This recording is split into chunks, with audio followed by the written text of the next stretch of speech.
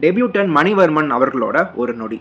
டைம்க்கும் இந்த படத்துக்கும் மிகப்பெரிய ஒரு சம்மந்தம்ன்றது இருக்கு. 8 லட்சம் கொடுத்து இடத்தோட பத்திரத்தை மீட்க போன கணவர் எம்.எஸ். பாஸ்கர் மிஸ்ஸிங்னு சொல்லிட்டு மனைவி கேஸ் கொடுக்குறாங்க.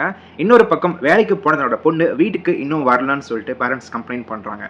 இப்போ பொண்ணோட பாடி இறந்து போன நிலையில தோப்புல கிடைக்க 2 கேஸையும் போலீஸ் ஆகிய நம்ம ஹீரோ தமன்குமார் எப்படி இன்வெஸ்டிகேட் பண்ணி சால்வ் பண்றாரு, அதுக்கு காரணமா இருந்த அந்த ஒரு நொடி எப்படி பல பேரோட வாழ்க்கையை பாதிக்குதுன்றது தான் வந்துட்டு மீதி கதைங்க. ஒரு கிளாக்கு ஏற்ப பெரிய முள்ளு எம்.எஸ். பாஸ்கரோட கேஸ், சின்ன முள்ளு பொண்ணோட கேஸ். இந்த 2 கேரக்டரோட உலகம்ல டைமுக்கு ஏற்ப நிறைய பிரச்சனைகளும் மனிதர்களும் வந்துட்டு இருக்காங்க. காரணம் என்னன்னு தேடி ஒவ்வொரு நொடியும் செகண்ட்ஸ் முள்ளு மாதிரி நம்ம ஹீரோ கேரக்டர் எக்ஸ்ப்ளோர் பண்ணி வர மாதிரி தான் வந்துட்டு இந்த படத்தை நான் பார்த்தேங்க. இன்ட்ரெஸ்டிங்லி கிளாக் மாதிரியே கதை ஃபுல்லா சுத்திட்டு ஆரம்பிச்ச இடத்துலயே வந்து முடிகிறப்போ சினிமாட்டிக்கலி அந்த ஸ்கிரீன் பிளே வந்துட்டு ஒரு செம ஹையா வந்து கொடுத்துச்சு.